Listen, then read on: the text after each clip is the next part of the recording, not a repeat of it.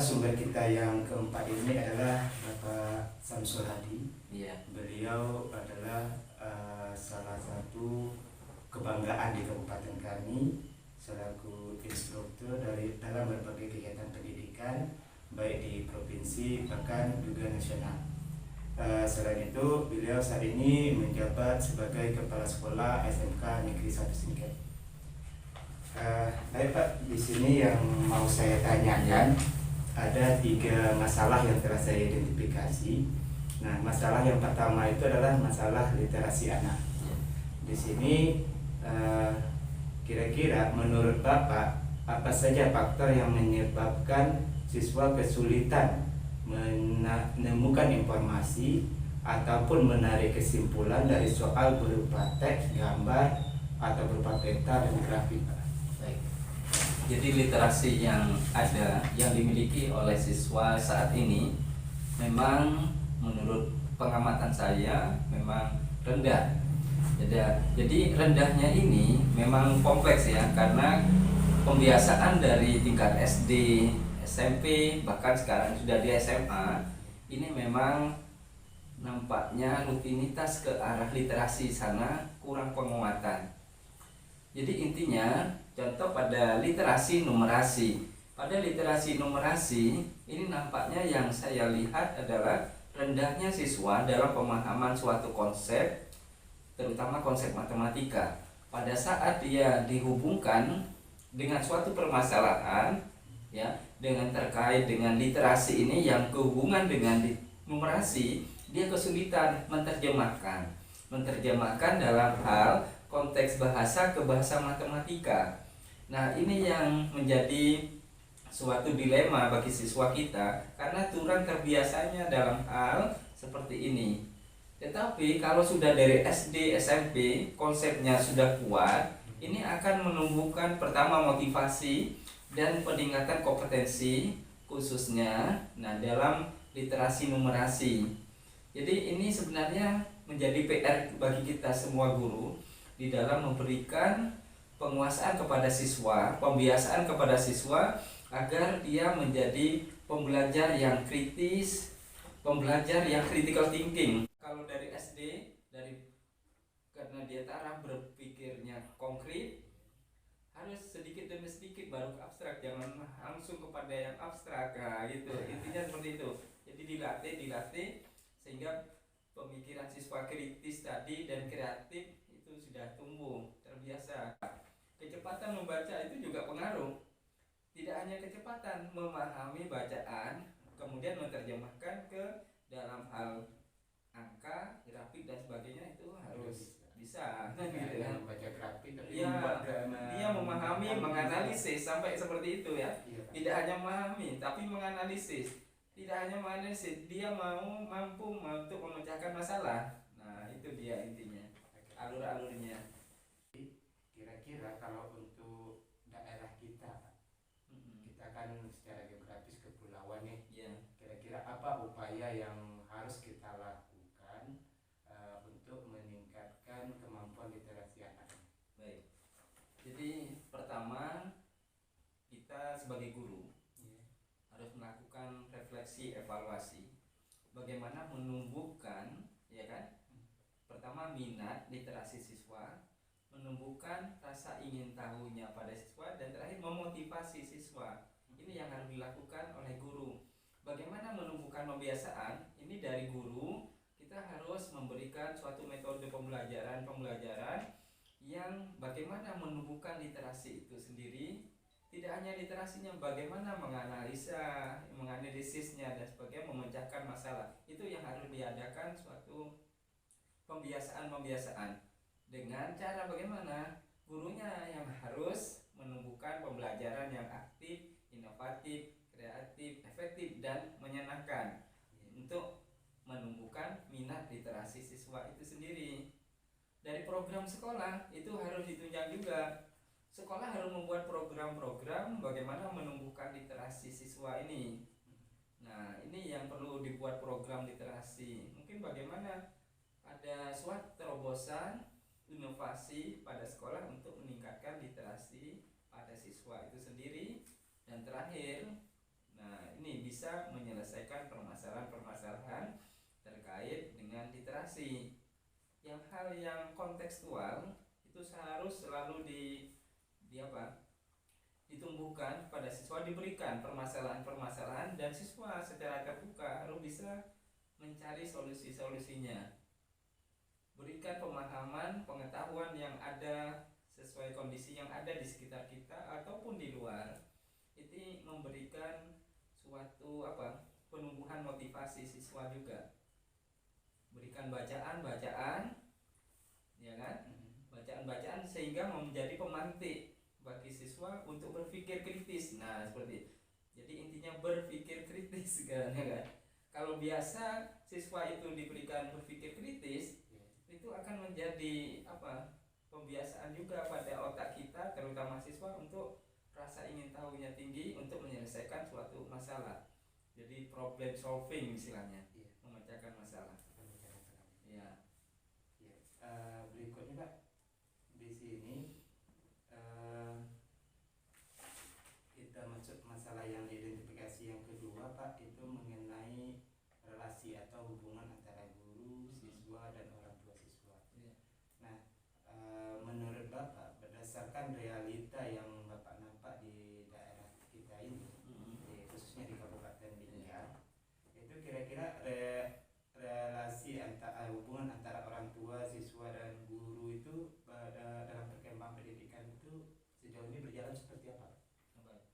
Jadi kalau dari hasil pengamatan saya kebetulan sebagai mentor di Gerakan Sekolah Menyenangkan, keterhubungan antara pihak sekolah dengan orang tua itu sangat dibutuhkan. Karena dalam Gerakan Sekolah Menyenangkan kita punya ada 4 area perubahan. Yang pertama lingkungan positif, kemudian pembelajaran yang efektif, kemudian penguatan emosional, dan yang keempat inilah yang dinamakan keterhubungan antara sekolah dengan orang tua. Nah, keterhubungan antara pihak sekolah dengan orang tua ini harus ditingkatkan, karena kerjasama antara pihak sekolah dengan orang tua ini bisa menjadi jalinan untuk mendapatkan atau menggali karakter-karakter yang ada pada diri siswa kita, sehingga ini bisa menjadi data bagi sekolah. Ini salah satunya. Jadi kalau sekolah ini dalam hal ini ada guru dengan siswa, ya kan? Kan harus tahu keterhubungan guru dengan siswa, kaitannya bagaimana untuk mengetahui mendiagnosa, asesmen diagnostiknya pada siswa yang bersangkutan. Untuk mendapatkan data asesmen diagnostik tadi, tentunya tidak cukup dari siswa saja, tidak cukup dari hasil pengamatan, tidak cukup informasi yang ada, tetapi mungkin juga dari orang tua. Mungkin kita perlu informasi dari orang tua. Jadi menurut saya tidak hanya wali kelas, guru BK, tapi mungkin bisa saja guru mata pelajaran yang memiliki permasalahan dengan siswa itu bisa menggali. Misalkan Pak Revi mengajar geografi, ada masalah dengan si A ini. Kenapa si A ini kok begini ya? Di dalam kelas begini. Mungkin Pak Revi ingin tahu, ada komunikasi dengan orang tua. Bagaimana anak ini kalau di rumah? Apa dia passionnya, keinginannya bagaimana? Nah, ini perlunya tidak hanya BK dengan ini, tapi bisa saja Pak punya komunikasi dengan guru BK untuk mendapatkan data diagnostiknya, asesmen diagnostik. Tetapi bisa saja komunikasi dengan orang tua, kalau tidak banyak kan tidak masalah. Juga silaturahim, juga untuk saling ada komunikasi, kan tidak masalah. Nah, inilah perlunya keterhubungan. Jadi lingkungan positif di sekolah itu ditumbuhkan adanya keterhubungan antara guru dengan siswa, siswa dengan siswa, itu harus berjalan harmonis. Kalau tidak berjalan harmonis, nanti apa yang terjadi? Nah, siswa tidak betah, tidak nyaman, apalagi terintimidasi, otomatis akan menurunkan motivasi. Nah, kalau sudah turun motivasi, nanti tak akan ada lah, belajar itu sudah malas, tidak betah kan? Nah, itu suatu siklus yang memang harus kita lakukan. Jadi siklusnya itu supaya betah bagaimana? Oh, pembelajarannya harus kreatif, harus menyenangkan, kan gitu Pak ya. Iya, iya. Itu saling terhubungan terus. Iya, Sangat kompleks diri sangat saya. kompleks. Jadi kita Ada tak upaya lain yang bisa dilakukan untuk meningkatkan hubungan antara guru dengan orang tua siswa, ini khusus untuk yang guru master Pak? Harapan kita sih maunya nanti koneksi kita sebagai guru master dengan orang tua siswa, kita mampu memberdayakan kira-kira kemampuan anaknya di mana, iya. atau sesuai kata Pak tadi, passion belajar anaknya seperti Iya, apa. betul.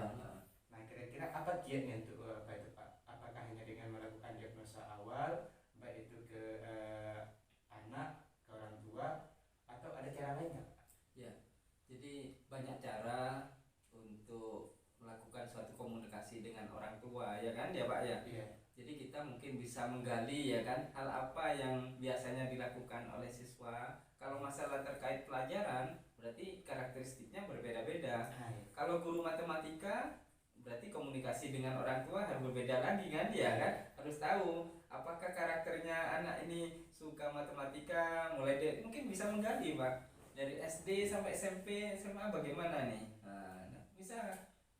Jadi kita tentunya tetap menggali. Jadi kalau antara guru dengan orang tua Iya. itu kalau namanya ada permasalahan, itu namanya kucing klinik ya. Kucing klinik itu, nah, kucing ini adalah yang dilakukan antara dua orang yang bersama-sama. Ini satu orang nih, satu kita sebagai kucing kan. Iya. Nah, kucing di sini kita untuk mengetahui permasalahan yang ada, misalkan terkait dengan siswa. Nah, boleh tak masalah, kan tidak ada salahnya orang bersilaturahim kan. Cuman sekarang bagaimana caranya? Salah satu cara adalah teknik adalah kucing klinik.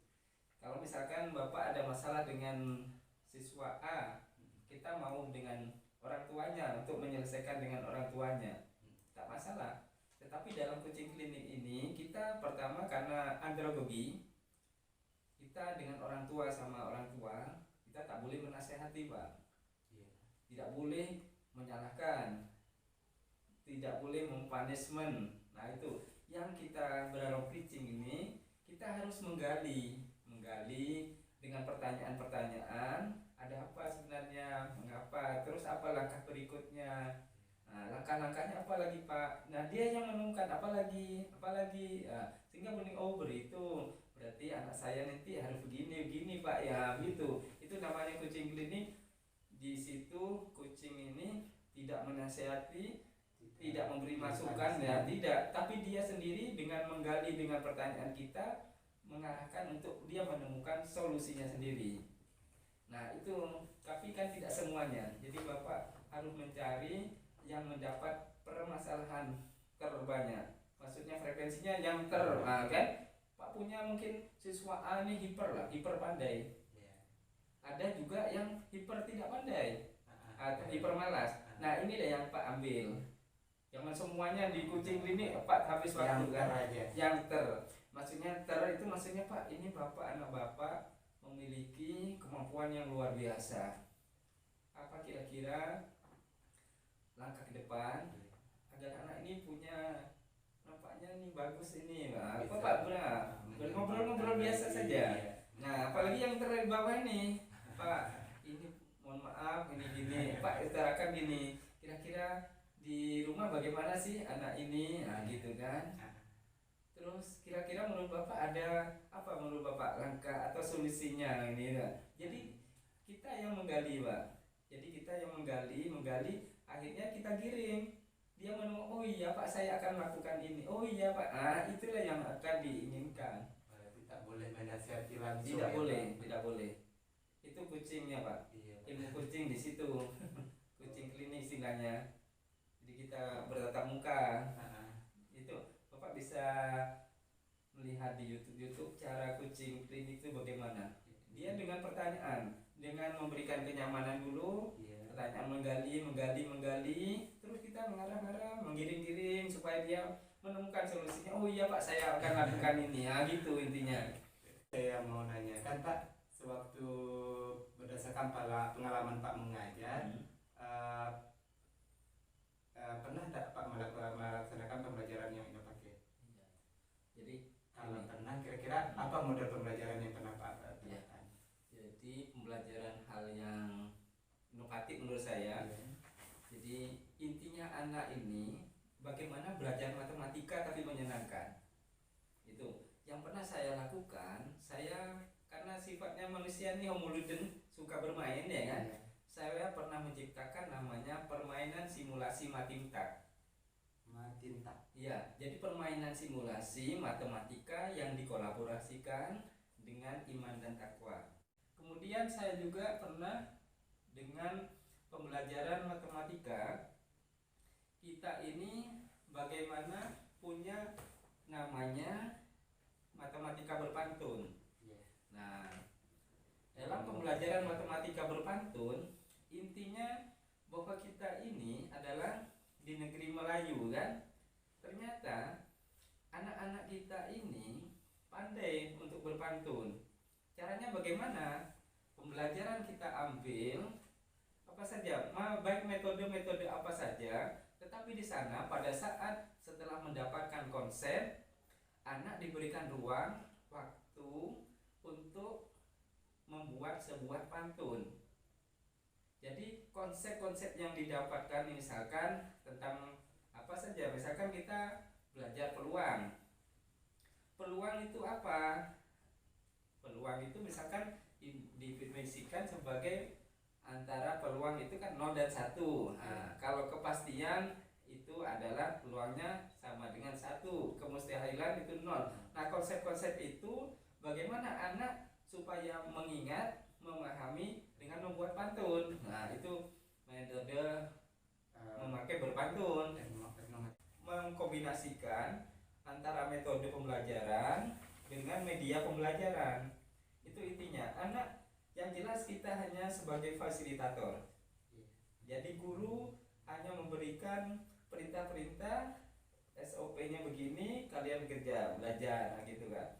Masalah keterbatasan waktu yang saya alami itu adalah karena jumlah siswa dalam satu rombel itu di atas 30 dengan karakteristik anak yang berbeda-beda. Nah, kira-kira bagaimana upaya mengatasi itu, Pak? Ya, baik. Kiat-kiatnya apa? Jadi gini, sebenarnya waktu tidak akan menjadi masalah kalau kita memang betul-betul memanage ya waktu yang ada, sehingga memang betul-betul pas waktunya ya Pak ya. Iya. Tetapi di lapangan kadang terjadi berbeda ya Pak ya. Iya. Maka dari itu kiatnya kita pertama kita harus sesering mungkin namanya melakukan tuangkan apa dalam penelitian tindakan kelas.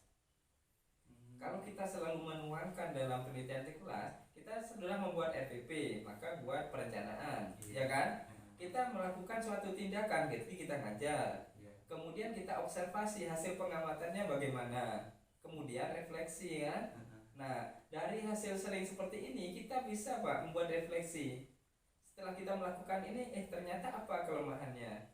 Apa kelebihannya? Kalau kita sering-sering melakukan kelebihan-kelemahan itu, nah insya Allah bisa. Itu salah satu PTK ya kan? Ya, yang kedua itu langkah selalu kita lakukan lesson study Pak. Lesson study ini biasa seperti kita misalkan Pak Dayat selalu berkolaborasi dengan kawan-kawan. Kita merencanakan pembelajaran, kemudian kita melakukan action dengan mengadakan ada guru modelnya, yang lain sebagai pengamat. Nah, ini sebagai forum kita untuk sering-sering apa namanya memberikan masukan apa dan sebagainya. Semakin sering itu namanya ngasah ya kan? Iya. Ngasah itu sama dengan kalau dulu lesson study, kalau sekarang ada PLC namanya, profesionalisme learning community kan? PLC ya. PLC ini guru antar guru ngerumpi hasil pembelajaran tadi, tapi ngerumpi positif, iya kan? Ngerumpi positif itulah bukan hal negatif ngomong masalah A, C, B, dah. Tapi kita, Pak, saya ngajar ini tadi begini ya, berkumpul gini kan? Apalagi kalau tadi sudah diamati, oh Pak Dayat itu kurang begini, makanya waktunya tadi terlalu ini menghambur-hamburkan waktu, kurang efektif. Makanya ke depan harus begini Pak Dayat, tak usah dilayan lah segini-gini, tetap apa gitu kan? Saya rasa efektif. Semakin sering mengetahui permasalahan dan semakin tahu apa solusi. Lesson study itu kan. Itu intinya. Iya. plan, do, see kalau ya. Plan itu rencanakan bersama, do laksanakan, see refleksi. Plan, do, see istilahnya.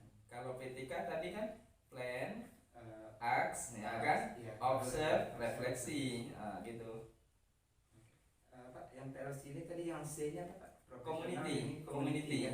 profesionalisme, Memastikan profesionalis, ya.